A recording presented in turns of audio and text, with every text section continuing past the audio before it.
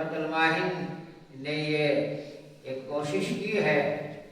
کہ مسجد جو ہے، جہاں مسجد میں امام عالم ہے،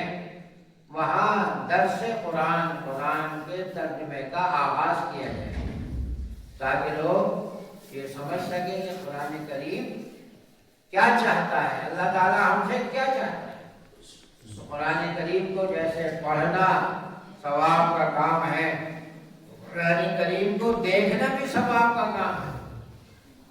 قرآن کریم ایک ایسی چیز ہے تو صرف دیکھنے پر بھی اللہ تعالیٰ ثواب دیتے ہیں، لیکن دیکھنا مقصد نہیں ہے، پڑھنا جو ہے وہ بھی ثواب کا کام ہے، لیکن قرآن کریم کے نازل ہونے کا مقصد تو قرآن کریم کے احکامات پر عمل کرنا ہے۔ اور وہ احکامات تو پتہ جب چلیں گے جب قرآن کریم کو سمجھیں گے۔ قرآن کریم عربی زبان میں نازل ہوا، ہماری زبان عربی نہیں ہے، جن کی زبان عربی ہے وہ تو سمجھ لیتے ہیں۔ اس لیے ہم نے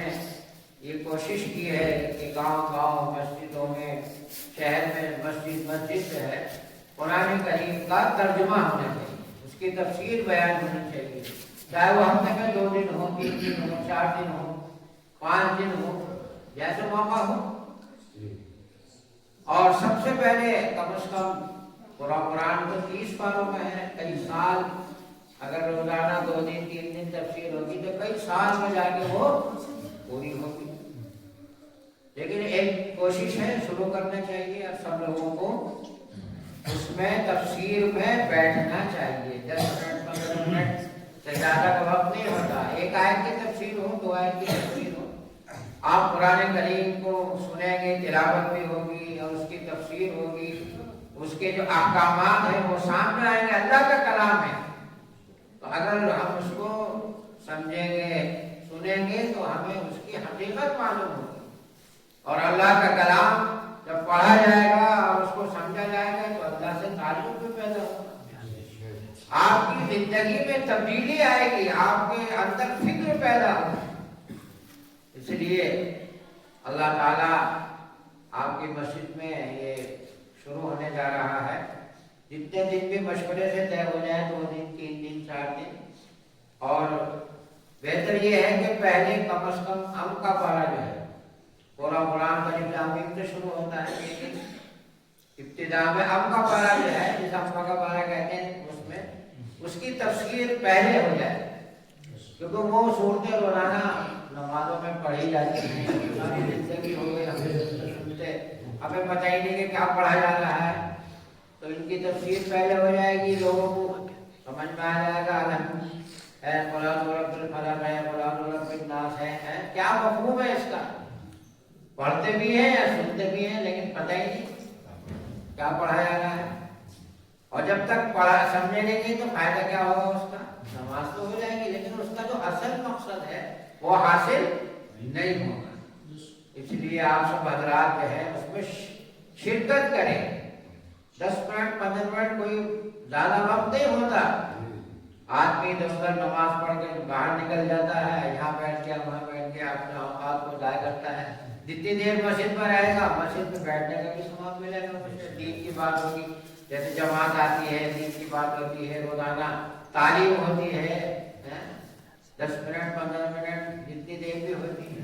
ایسے ہی ایک سلسلہ یہ بھی ہے درس قرآن کا، کہ 10 منٹ 15 منٹ جتنی دیر بھی ہو سکے، انشاءاللہ سب بیٹھیں گے، انشاءاللہ اس میں بیٹھیے، اس کا فائدہ آپ کو حاصل ہوگا، آپ کو پتہ چلے گا، اللہ کے کلام کی حقیقت کھل کر آئے گی، آپ کی اندر تبدیلی پیدا ہوگی جب آپ کو اللہ کے کلام کو سنیں گے، اس کی حقانیت آپ کے سامنے آئے گی،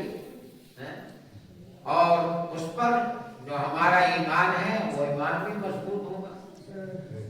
اللہ نے فرمایا کہ ذالک الکتاب لا ریب فیہ، یہ کتاب جو ہے اس میں کوئی شک اور شبہ کی گنجائش، یہ تو ہمارا ایمان ہے کہ یہ اللہ کا کلام ہے، اس میں کوئی تبدیلی نہیں کی جا سکتی، اللہ کا کلام تو ہمیشہ سے جب سے نازل ہوا ہے اور قیامت تک کے لیے ہے، اس میں کوئی تبدیلی نہیں ہو سکتی۔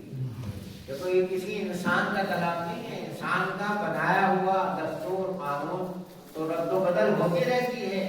لیکن اللہ تو احکم الحاکمین ہے. ساری دنیا قیامت تک جو حالات آنے والے ہیں وہ سب اللہ کے سامنے ہیں. تو اللہ کا کلام برحق ہے. یہ ہمارا ایمان ہے. ایمان کو مضبوط کرنا چاہیے. یقین کرنے کا اللہ کا کلام ہے. اس میں کوئی شک اور شبہ کی گنجائش نہیں ہے. جو اللہ نے فرما دیا ہے وہ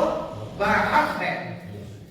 اس کو برحق ماننا اور اس پر عمل کرنا یہ ہمارے لیے ضروری ہے. ہمیں اپنے ایمان کو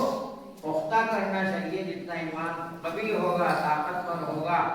اتنا ہی اللہ سے آپ کو لگاؤ پیدا ہوگا. اللہ تعالیٰ کو عمل کرنے کا